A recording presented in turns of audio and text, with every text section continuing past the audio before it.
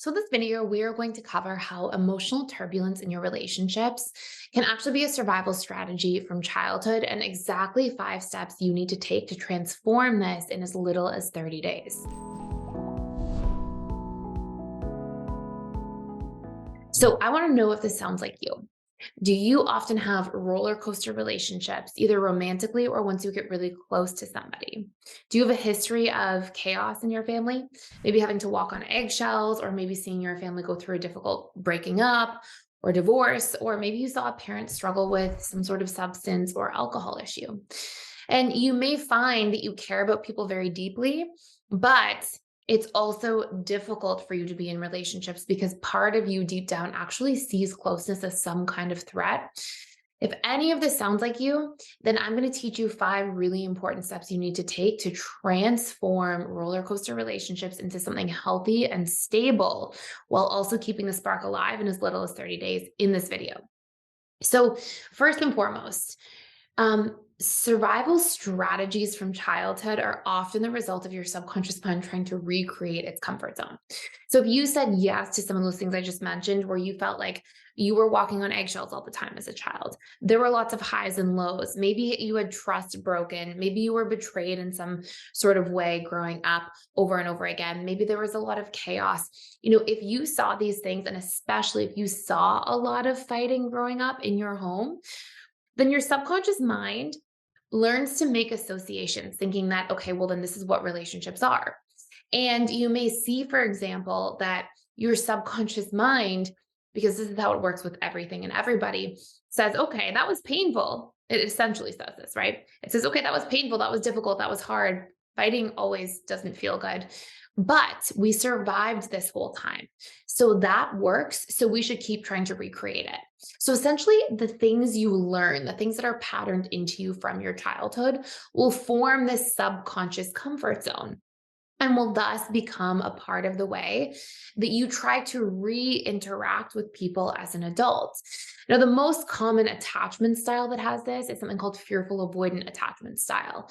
And fearful avoidant really depicts this dynamic of really wanting love, wanting closeness, but also being threatened by it at some deep level, always waiting for the other shoe to drop, always expecting betrayal or abandonment or somebody hurting you in some form. And so while you want closeness, you also feel threatened by it, and it can kind of make you feel split in 2 different directions. Now, because you want to maintain this comfort zone of chaos, not consciously, you don't consciously say, oh, I can't wait to have chaos in my life and relationships. But subconsciously, if this is what you were exposed to repeatedly growing up in some form, it becomes this comfort zone. And so your subconscious mind keeps trying to recreate this. So when you pair that subconscious comfort zone with this dynamic of being split in 2 different directions where you want love, but you kind of don't trust it or trust that it can work out or have a happy ending, then you have these key ingredients that are going to cause you to constantly feel like you want this love, you want this connection, but you need to pull away. And if you have a lot of chaos that's part of your history, you may be in the state of constantly being in fight, flight, freeze, or fawn, and fawn meaning like people pleasing mode in your relationships. So you may find that you kind of have these exaggerated responses of flight responses. Maybe you leave all of a sudden because you had chaos in your past and you saw things hurt you. So before it gets to that point, you try to leave early. Or you may have an overly strong defense response, right? A fight response. Maybe you take things personally, or maybe somebody says things to you and it makes you feel like this person's going to hurt me. So you over defend yourself or you come on too strong about different things. Or maybe you sometimes feel like you're in a freeze mode and you don't communicate your needs or know how to express yourself. Or you do the same thing in a people pleasing dynamic, this fawn mode. All of these things are just going to lead to resentment, frustration, feeling unseen, unheard. So you can see how we're sort of laying this context or this groundwork for emotional turbulence to take place, right? If you've got exaggerated fight, flight, freeze, fawn responses, and if you have a subconscious comfort zone around chaos, your subconscious is going to recreate all of these different things over and over again in your adult romantic relationships.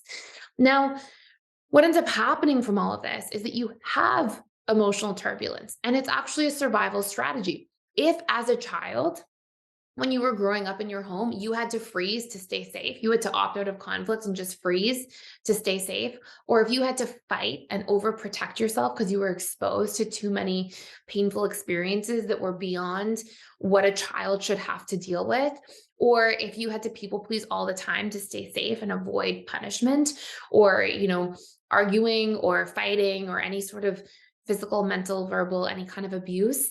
Or if you were in a dynamic where you had to keep running away from things to feel safe, well, then you developed all of these different strategies for how to navigate your relationships that are now going to show up in your adult life until they are reconditioned at the subconscious level of mind. So that is normal. Okay. So I just want to say so far, if you went through a lot in childhood and you adapted these strong survival responses to fight back really strongly, to flee things from things really quickly, to freeze or to people please too much. These are just survival mechanisms you learn to cope with your childhood that are, of course, going to appear in your adult relationships. And that's not your fault, right? That's normal. That's your subconscious mind adapting and then doing its work. But the difficult part is that we can then end up in relationships where we really love, we really care, we really want the best for ourselves and this other person. And yet at the same time, we can find ourselves in this pattern of feeling like that connection is slipping away or getting eroded by the turbulence that we're actually bringing into that relationship by accident. And I've often heard many individuals who have a lot of chaos in childhood and then grow up in their adult lives. They often are looking for peak experiences all the time. They usually saw lots of highs and lows. And so if things are not at an all-time high in a relationship, you didn't just have the best date ever or the best trip ever, you may even find yourself picking a fight or trying to argue because you may think fighting equals passion and connection because this is what you saw.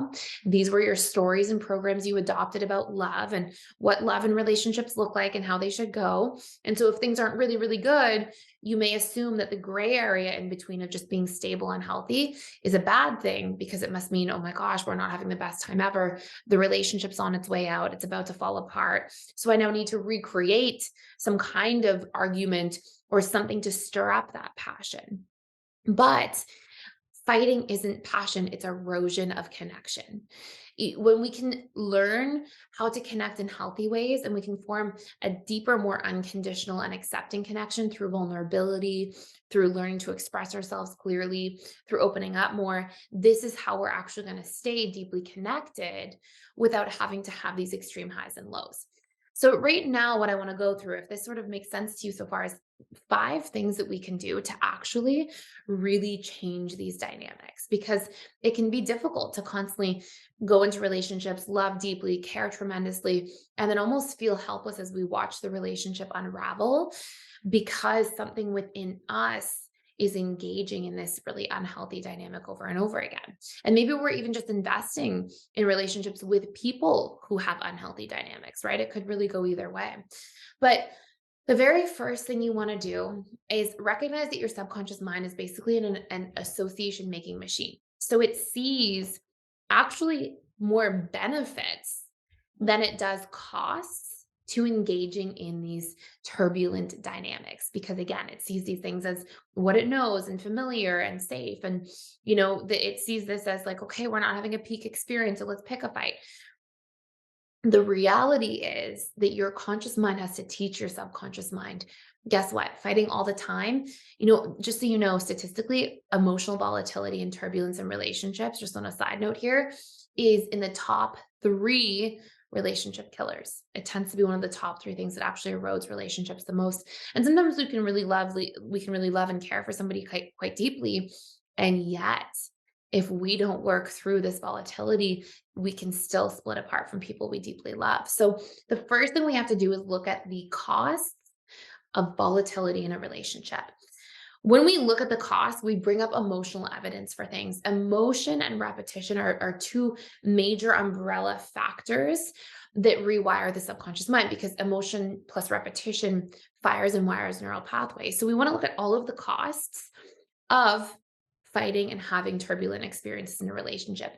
This may sound like a lot, but if you can come up with 25 costs How it affects you, how you feel after fighting, how it erodes the connection, how it affects your partner, your loved ones, how it affects your ability to trust, to feel safe, to feel comfortable, to feel seen, to avoid resentment, to feel known, to feel like you can resolve things in a healthy way. If you can write out a lot of different costs there and come up with really specific personal ones, like times that you had resentment, times that you felt really frustrated, a time you had a fight and it wasn't good. You're actually reconditioning these dynamics to rebalance the emotional association. So you stop getting stuck in seeing things through this, fighting is good all the time. It's passion, it's connection, or giving into these exaggerated fight or flight responses that are there just because they're normal for you. But when you start seeing some of the harm in those over exaggerated responses, we can start to shift our patterns of behavior. So that's looking at the cost number one. Number two, look at the benefits of not fighting. So what would the benefits be of communicating in a healthier way, right? How might that make me feel, my partner, our self-esteem, our trust, increase our connection? If you can come up with at least 25 benefits, again, I know it sounds like a lot. This can be like an exercise you sit on, and it can be something you build out over the course of a week, right? And then you just reread or you record into your phone and you listen back. But this cost benefit restructuring is what actually helps to recondition the subconscious mind in this way.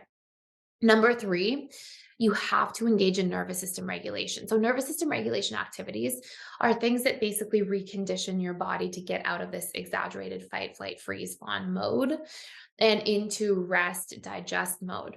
Now, this can be things like a morning and evening meditation for 10 minutes. This can be light exercise, meditation, yoga, mindfulness, deep breathing.